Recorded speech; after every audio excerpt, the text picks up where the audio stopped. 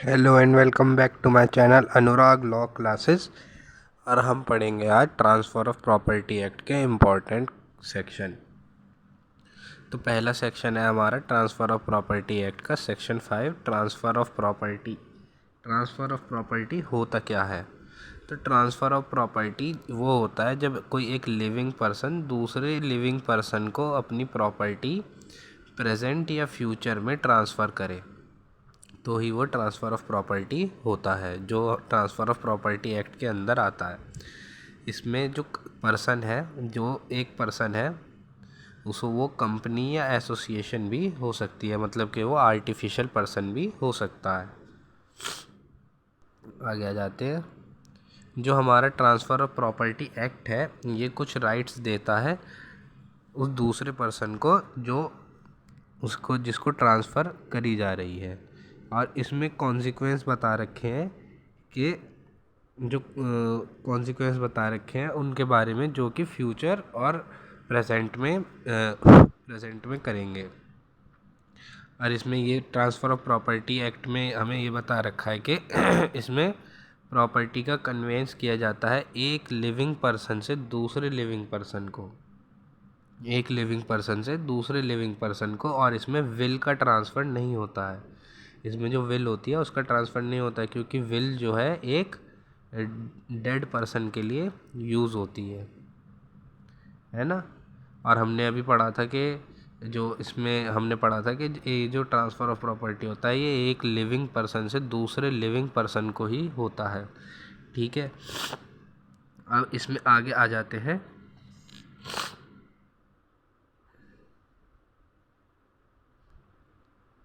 इसमें जो पर्सन है वो पर्सन जो है एक लिविंग पर्सन भी हो सकता है या फिर कॉरपोरेशन भी हो सकता है। ठीक है, मतलब आर्टिफिशियल पर्सन भी हो सकता है जिसको हम ट्रांसफ़र कर सकते हैं। अब सेक्शन 6 में हमें बता रखा है व्हाट में बी ट्रांसफ़र। तो क्या क्या ट्रांसफ़र हो सकता है ये हमें सेक्शन 6 बताता है। इसमें हमें बता रखा है कि किसी भी प्रकार की प्रॉपर्टी को ट्रांसफ़र किया जा सकता है। ठीक है, वो किसी भी प्रकार की प्रॉपर्टी हो सकती है, मगर कुछ प्रॉपर्टी को ट्रांसफ़र नहीं किया जा सकता। तो उन प्रॉपर्टी को वो कौन सी प्रॉपर्टी है जिनको ट्रांसफ़र नहीं किया जा सकता? जैसे कि chance of heir apparent succeeding to an estate. तो आयर अपेरेंट के टाइम पे जो है आप ट्रांसफ़र नहीं कर सकते। आयर अपेरेंट क्या होता है, जैसे कि मैं आपको बता देता हूँ एग्जांपल के थ्रू। एक मान लीजिए फादर है, एक मान लीजिए फादर है और एक है सन। ठीक है, तो फादर के पास एक घर है और ये घर जो है फादर का है। अब जनरली क्या होता है कि सन जो होता है ना, तो फादर के बाद सन के पास आती है प्रॉपर्टी। तो सन को लगता है कि ये प्रॉपर्टी तो मेरे पास आ ही जाएगी, तो मैं इस प्रॉपर्टी को सी को बेच देता हूँ। तो ये होगा चांस ऑफ आयर अपेरेंट के सन को लगा कि मेरे पास ये प्रॉपर्टी तो आ ही जाएगी बाय सक्सेशन, तो मैं क्यों ना फादर के रहते हुए भी बिना फादर के पूछे इस प्रॉपर्टी को सी को ट्रांसफ़र कर दूं। तो ये प्रॉपर्टी ट्रांसफ़र नहीं हो सकती है। आगे आ जाते हैं। नेक्स्ट है हमारा कि इसमें जब कोई लेगेसी का चांस होता है तब भी आप उस पर्सन की प्रॉपर्टी को ट्रांसफ़र नहीं कर सकते हैं, है ना। अगर मान लीजिए जैसे मैंने अभी आपको बताया था, तो सन के पास थ्रू लेगेसी भी प्रॉपर्टी आ सकती थी। इसमें हमें आगे बता रखा है कि जो चांस होता है लेगेसी द्वारा किसी प्रॉपर्टी को रिसीव करने का, तो उसकी पॉसिबिलिटी बहुत ये भी हो सकती है कि शायद उसे ना भी मिले, है ना। तो ये भी पॉसिबिलिटी हो सकती है इसकी। और ये जो प्रॉपर्टी होती है ये ट्रांसफ़रेबल नहीं होती है। थर्ड पॉइंट हमें बताता है कि जो पॉसिबिलिटी होती है, अगर मान लीजिए कोई किसी भी प्रकार की पॉसिबिलिटी है, मान लीजिए कि एक चाचा है और एक उसका है भतीजा। तो भतीजे को लगता है कि ये जो चाचा की प्रॉपर्टी है ये मेरे पास आ जाएगी, है ना। तो कोई उसे पॉसिबिलिटी लग रही है कि उसे कोई लग रहा है थोड़ा बहुत कि ये प्रॉपर्टी जो है मेरे पास आ जाएगी, तो मैं जो भतीजा होता है ये प्रॉपर्टी जो है डी को ट्रांसफ़र करने की सोचता है। तो ये प्रॉपर्टी ट्रांसफ़रेबल नहीं हो सकती है। ठीक है, ये सेक्शन 6 बताता है। नेक्स्ट हमारा फोर्थ पॉइंट बताता है कि राइट टू री एंट्री जो होता है, वो भी ट्रांसफरेबल नहीं होता है। तो राइट टू री एंट्री क्या होता है? मान लीजिए एक घर है, मान लीजिए एक ही घर है और ये घर है ए का घर है, और इसने क्या कहते हैं, इस ए के पास ही तो इसका राइट टू री एंट्री होगा। अगर मान लीजिए बी आके ए को घर से बाहर निकालने की कोशिश करता है, तो राइट टू री एंट्री ए के पास होगा। ठीक है, अब ये ए जो है अपना राइट टू री एंट्री किसी सी या डी पर्सन को नहीं दे सकता है। क्यों? क्योंकि प्रॉपर्टी तो एक ही है। ठीक है, अगर ये आपको समझ आ गया होगा। अब आ जाते हैं फिफ्थ पॉइंट पे कि ईजमेंट जो होता है वो भी ट्रांसफरेबल नहीं होता है। मान लीजिए ये मैं आपको ईजमेंट के बारे में समझा देता हूँ। मान लीजिए ईजमेंट क्या होता है कि उस प्रॉपर्टी को एंजॉय करने का राइट है ना। मान लीजिए ये बहुत बड़ी एक प्रॉपर्टी है, एक लैंड का टुकड़ा है, यहाँ पे ऐसे घर बने हुए, ये यहाँ पे ऐसे खेत है। ठीक है, यहाँ पे ऐसे ये खेत है। अब क्या कहते हैं कि अगर मान लीजिए यहाँ से एक रास्ता आ रहा है और यहाँ से भी एक रास्ता आ रहा है। अब मान लीजिए इस पर्सन को यहाँ पे एक ए पर्सन का खेत है, यहाँ पे बी पर्सन का खेत है।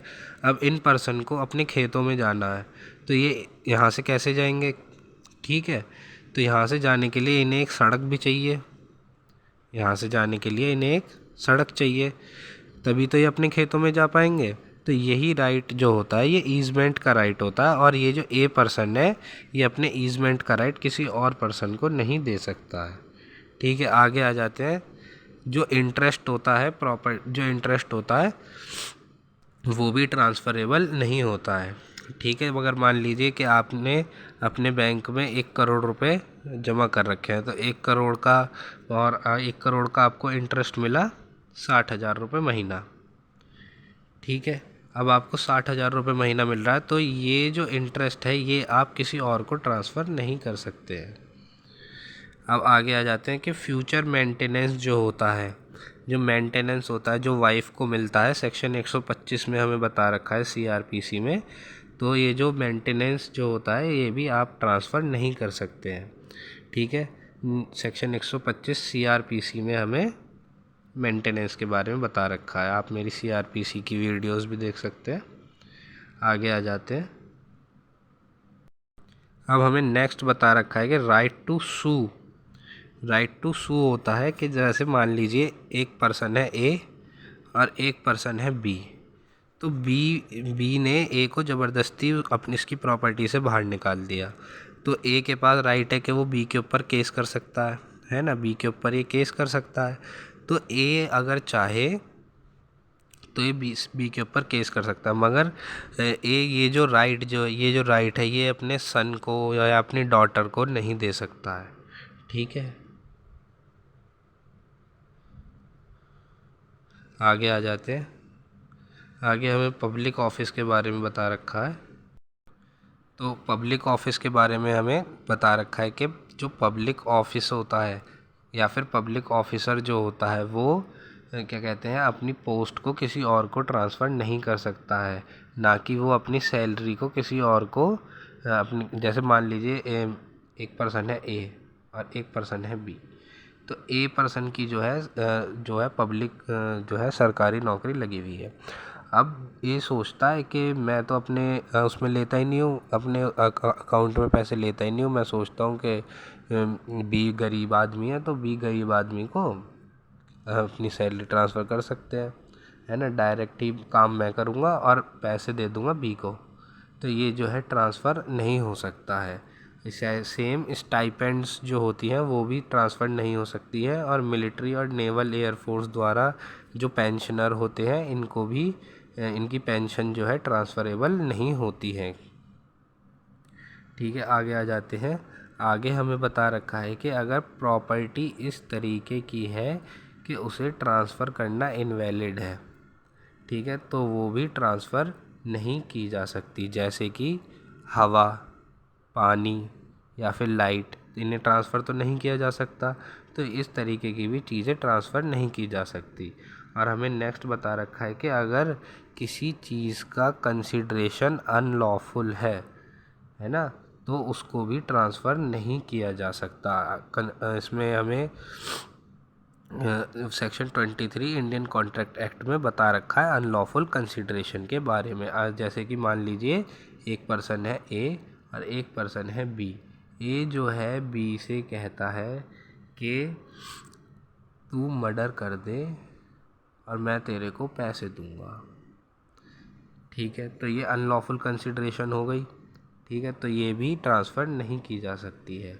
आगे आ जाते हैं अनट्रांसफरेबल इंटरेस्ट। तो अनट्रांसफरेबल इंटरेस्ट में हमें बता रखा है कि इस सेक्शन में कोई भी चीज़ टीनेंट को ऑथराइज नहीं करती है कि वो ट्रांसफ़र कर सके लैंडलॉर्ड की प्रॉपर्टी को। ठीक है, नेक्स्ट इसमें बता रखा है कि जो फार्मर होता है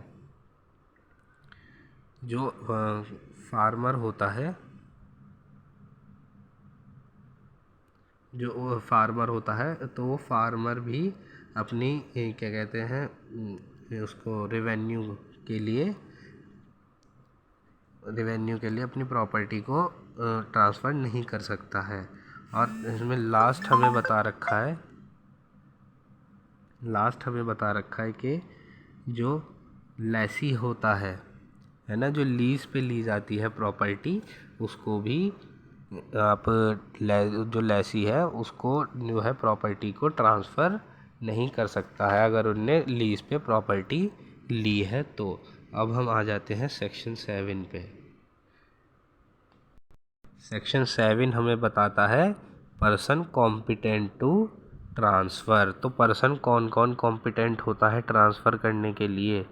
तो पहला तो वो कॉम्पिटेंट टू कॉन्ट्रैक्ट होना चाहिए। अगर आपने कॉन्ट्रैक्ट की वीडियोस देखी हैं तो मैंने उसमें समझाया था कि कॉम्पिटेंट टू कॉन्ट्रैक्ट कौन होता है। एक तो वो अनसाउंड माइंड का नहीं होना चाहिए।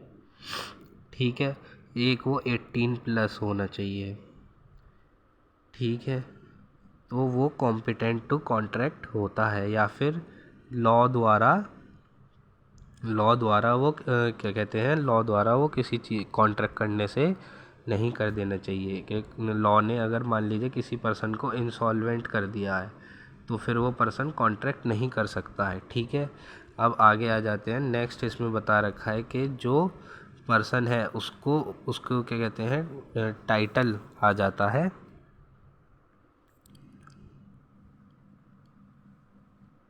और उस पर्सन के पास टाइटल आ जाता है जब उसको प्रॉपर्टी ट्रांसफ़र हो जाती है।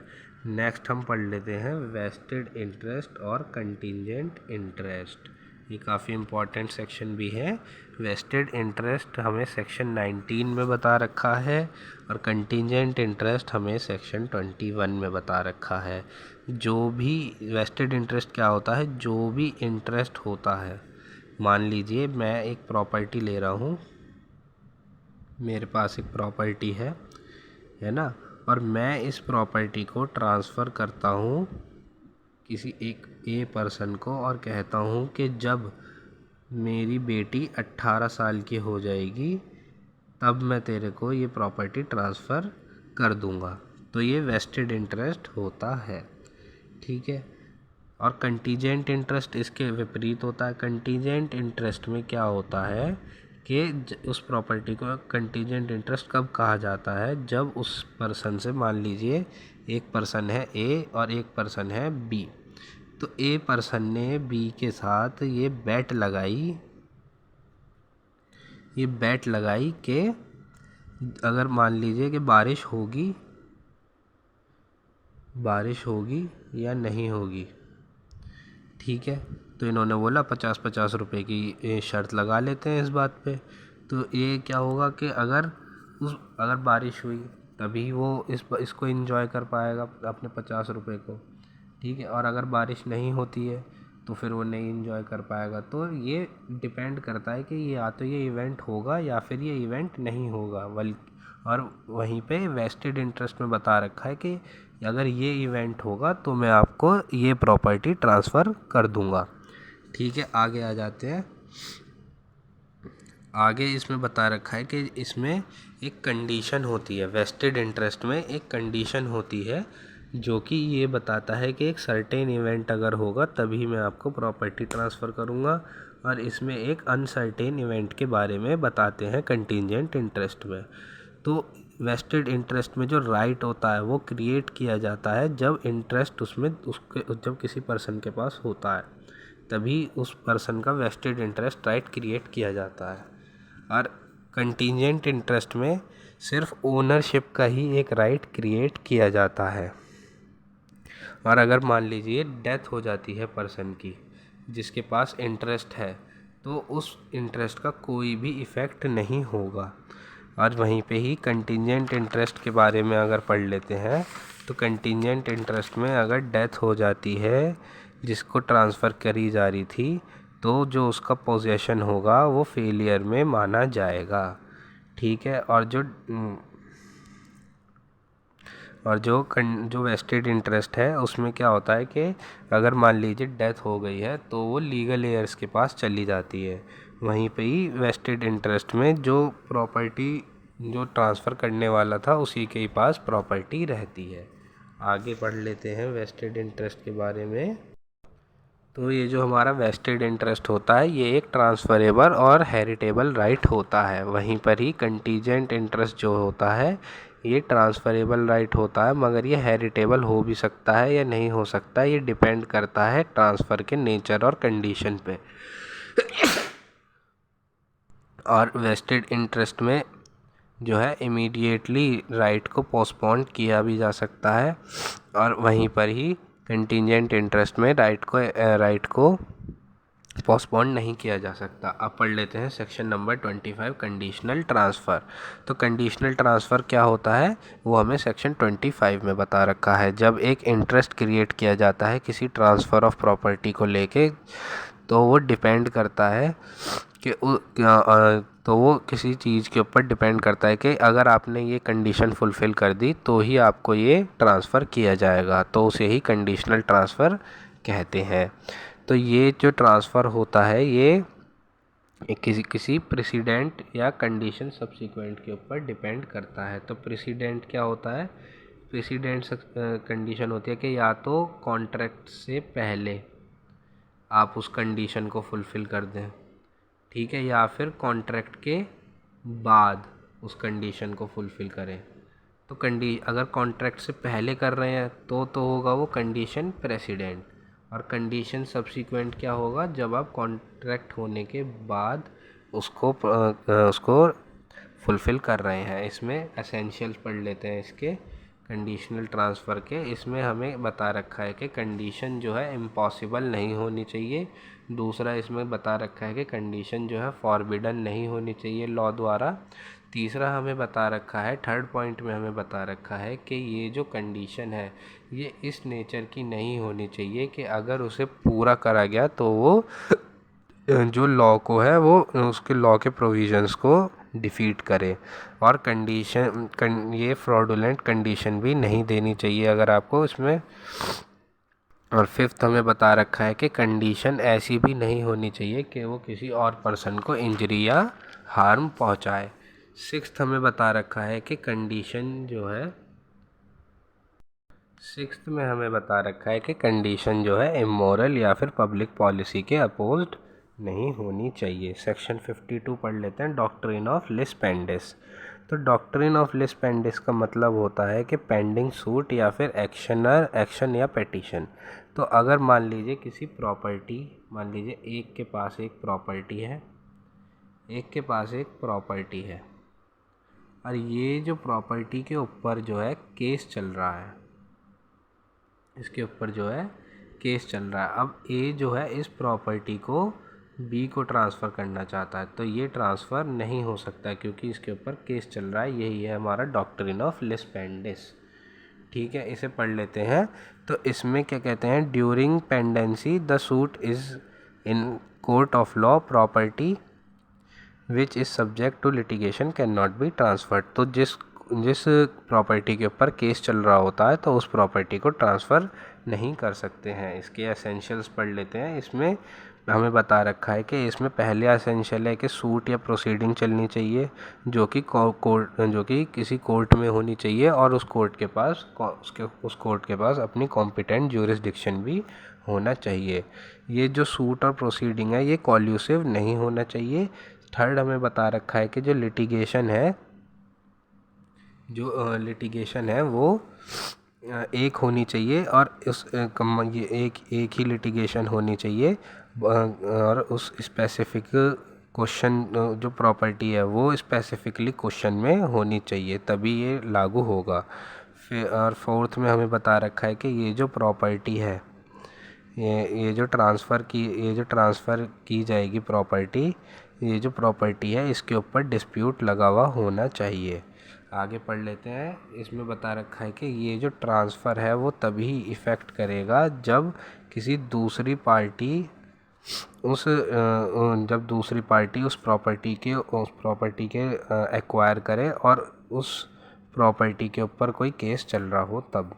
और इसमें बता रखा है कि आगे हमें कि जो फॉरेन कोर्ट में अगर मान लीजिए केस चल रहा है तो ये डॉक्ट्रिन ऑफ लिस्पेंडिस लागू नहीं होगा, और डॉक्ट्रिन ऑफ लिस्पेंडिस मूवेबल प्रॉपर्टी पे भी लागू नहीं होता है, और ये जो है थर्ड पार्टी के ऊपर भी एप्लीकेबल नहीं होता है डॉक्ट्रिन ऑफ लिस्पेंडिस। अब आगे आ जाते हैं सेल पे।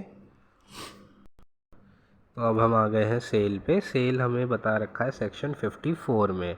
तो सेल में क्या होता है कि ये एक तरीके का ट्रांसफ़र होता है जिसमें कि ओनरशिप के बदले में प्राइस लिया जाता है, या फिर प्रॉमिस किया जाता है कि मैं आपको प्राइस पे कर दूंगा, या फिर पार्टली उसको पे कर दिया जाता है। अब हम इसके एसेंशियल पढ़ लेते हैं सेल के। तो सेल का पहला एसेंशियल है कि जो सेलर है वो कॉम्पिटेंट टू ट्रांसफ़र होना चाहिए, और जो बायर है वो भी डिस्क्वालीफाइड नहीं होना चाहिए। सेकंड इसमें बता रखा है कि जो सब्जेक्ट मैटर है वो ट्रांसफरेबल प्रॉपर्टी होनी चाहिए। ठीक है। थर्ड इसमें बता रखा है कि जो ओनरशिप का ट्रांसफ़र है वो डिस्टिंग्विश करता है सेल को मॉर्गेज और लीज से, जबकि लीज़ और मॉर्गेज में किसी भी तरीके का ओनरशिप का ट्रांसफ़र नहीं होता है, सिर्फ सेल में ही ओनरशिप का ट्रांसफ़र होता है। मॉर्गेज और लीज़ में इसका ट्रांसफ़र नहीं होता है। और ये जो होता है एक्सचेंज, इस एक्सचेंज के बदले में या तो आपने कोई प्राइस पे करने के लिए कहा हो, या फिर आपने प्रॉमिस किया हो प्राइस पे करने के लिए, और ये जो है प्रेजेंट में होता है मनी, और इसके बदले में मनी जो है कंसिडरेशन में होती है, और अगर कंसिडरेशन मनी नहीं है तो किसी और प्रकार का वैल्यूएबल कंसिडरेशन एक्सचेंज में होता है। अब आ जाते हैं mode of transfer of sale. तो इसमें मैंने आपके लिए चार्ट बना रखा है, आप अगर चाहें तो इसका स्क्रीनशॉट भी ले सकते हैं। तो इसमें अगर प्रॉपर्टी 100 रुपये से कम की है, अगर टेंजेबल प्रॉपर्टी है और वो 100 रुपये से ज़्यादा की है, तो उसको रजिस्टर करवाना पड़ेगा। और इसमें अगर 100 रुपये से कम की प्रॉपर्टी है तो आपको रजिस्टर करवाने की ज़रूरत नहीं है। और अगर मान लीजिए इनटेंजेबल प्रकार की प्रॉपर्टी है तो वो आपको रजिस्टर करवानी ही पड़ेगी। ठीक है। टेंजेबल प्रॉपर्टी वो प्रॉपर्टी होती है जिसको हम छू सकते हैं, देख सकते हैं, और वहीं पे इनटेंजेबल प्रॉपर्टी वो होती है जिसको हम छू नहीं सकते। अब हम आ जाते हैं मॉर्गेज पे। तो अब हम आ गए हैं मॉर्गेज में, जो हमें बता रखा है सेक्शन नंबर 58 में। तो मॉर्गेज क्या होता है, जब आप किसी चीज़ अपनी, मान लीजिए आपने लोन लिया और आप लोन के लिए कोई अपनी चीज़ गिरवी रख देते हैं तो उसे ही मॉर्गेज कहते हैं। इसमें हम पढ़ लेते हैं कि जो इसमें जो है ट्रांसफ़र जो है इंटरेस्ट का, जो किसी भी प्रकार का ट्रांसफ़र है वो किया जाता है कोई मूवेबल प्रॉपर्टी का तभी जब आप कोई लोन ले, या फिर आपने कोई मनी एडवांस में लिया है तो उसके ख़िलाफ़ आपको कोई चीज़ रखवानी पड़ती है, तो वही मॉर्गेज होता है। इसमें जो ट्रांसफ़र करता है उसे मॉर्गेजर कहते हैं, और जिसको ट्रांसफ़र होती है उसे मॉर्गेज ही कहते हैं। इसमें एक और आएगा term principal money and interest. तो इसमें क्या होता है कि जो प्रिंसिपल मनी और इंटरेस्ट है उसकी पेमेंट के लिए, उसको सिक्योर करने के लिए ही मॉर्गेज मनी ली जाती है, या फिर मॉर्गेज के लिए कोई चीज़ रखी जाती है। जो मनी मिलती है और जो इंटरेस्ट होता है उसे मॉर्गेज मनी कहा जाता है। और जिस तरीके से जिस कॉन्ट्रैक्ट को साइन करके ये पूरा किया जाता है, उसे मॉर्गेज डीड कहते हैं। इसके एसेंशियल होते हैं कि इसमें एक तो ट्रांसफ़र होना चाहिए, दूसरा इमूवेबल प्रॉपर्टी होनी चाहिए उस मॉर्गेज डीड में मेंशन, और इसमें किसी लोन का सिक्योर पेमेंट को सिक्योर करने के लिए होना चाहिए। अब ये काफ़ी प्रकार की होती हैं। इसमें पहला है सिंपल मॉर्गेज। सिंपल मॉर्गेज में ओनर और पोजेशनशिप मॉर्गेजर के पास रहती है। मॉर्गेजर के पास इसमें पर्सनल लाइबिलिटी होती है डेब्ट को रीपे करने की। और इसमें थर्ड बता रखा है कि मॉर्गेजर के पास राइट होता है कि वो उस प्रॉपर्टी को बेच भी सकता है। फोर्थ में बता रखा है कि मॉर्गेजर उस प्रॉपर्टी को सेल कर सकता है कोर्ट की कंसेंट लेके। और हमें फिर इसमें आगे बता रखा है कि अगर वो इस प्रॉपर्टी को सेल कर देता है और उस प्रॉपर्टी का जो है डेब्ट रिकवर नहीं हो पाता है, तो वो कोर्ट में केस कर सकता है अपनी मनी को रिकवर करने के लिए। आगे आ जाते हैं। और इसमें फोरक्लोजर का राइट जो है मॉर्गेजी के पास नहीं होता है। सेकंड आ जाते हैं मॉर्गेज बाय कंडीशन सेल। तो कंडीशन सेल द्वारा भी मॉर्गेज को किया जा सकता है। इसमें मॉर्गेजी के पास जो है ओनरशिप और पोजेशन का राइट आ जाता है, और अगर लोन को रीपे कर दिया जाता है तो जो सेल होती है वो वॉइड हो जाती है। और अगर लोन को रीपेड नहीं किया जाता है तो वो जो मॉर्गेज है वो वैलिड रहती है। आज में डी में हमें बता रखा है कि जब लोन का रीपेमेंट किया जाता है तो उस प्रॉपर्टी को मॉर्गेजर को वापस ट्रांसफ़र कर दी जाती है, और मॉर्गेजी जो होता है उसके पास फोरक्लोजर का राइट नहीं होता है अगर उनने लोन को रीपे नहीं किया है। आगे आ जाते हैं यूसुफ फैक्ट्री मॉर्गेज में। यूसुफ फैक्ट्री मॉर्गेज में जो पोजेशन होता है वो मॉर्गेजी के पास हो जाता है प्रॉपर्टी का, और ओनरशिप जो होती है वो मॉर्गेजर के पास रहती है। इसमें जो भी प्रॉफिट या फिर जो भी रेंट होता है वो उसको देना पड़ता है मॉर्गेजी। इसमें आगे बता रखा है कि मॉर्गेजी को जो भी रेंट होते हैं या फिर जो भी प्रॉफिट होता है वो उसे पे करना पड़ता है। और इसमें ई में बता रखा है कि इसमें कोई भी पर्सनल लाइबिलिटी या नहीं होती है प्रिंसिपल मनी की, और इसमें भी फोरक्लोजर का राइट नहीं होता है। और इसमें स्यू टू सेल भी नहीं होता है। अब आगे आ जाते हैं प्यूसाइन मॉर्गेज। प्यूसाइन मॉर्गेज क्या होता है ये मैं आपको बता देता हूँ। जब मॉर्गेजर ने जो प्रॉपर्टी मॉर्गेज की है वो किसी और पर्सन को दे दे सेकंड मॉर्गेज करके, तब ये प्यूसाइन मॉर्गेज होता है। मैं इसको आपको एक एग्जांपल के द्वारा समझा देता हूँ। मान लीजिए ये ए ने एक प्रॉपर्टी ली, ठीक है, और इनने प्रॉपर्टी के बदले में इनने अपनी ये प्रॉपर्टी मॉर्गेज रखवा दी। अब इसको ये प्रॉपर्टी सिक्योर करने के लिए इनने एक और प्रॉपर्टी अपनी मॉर्गेज रखवा दी। तो ये जो प्रॉपर्टी मॉर्गेज रखाई गई है ये प्यूसाइन मॉर्गेज कही जाएगी। ठीक है।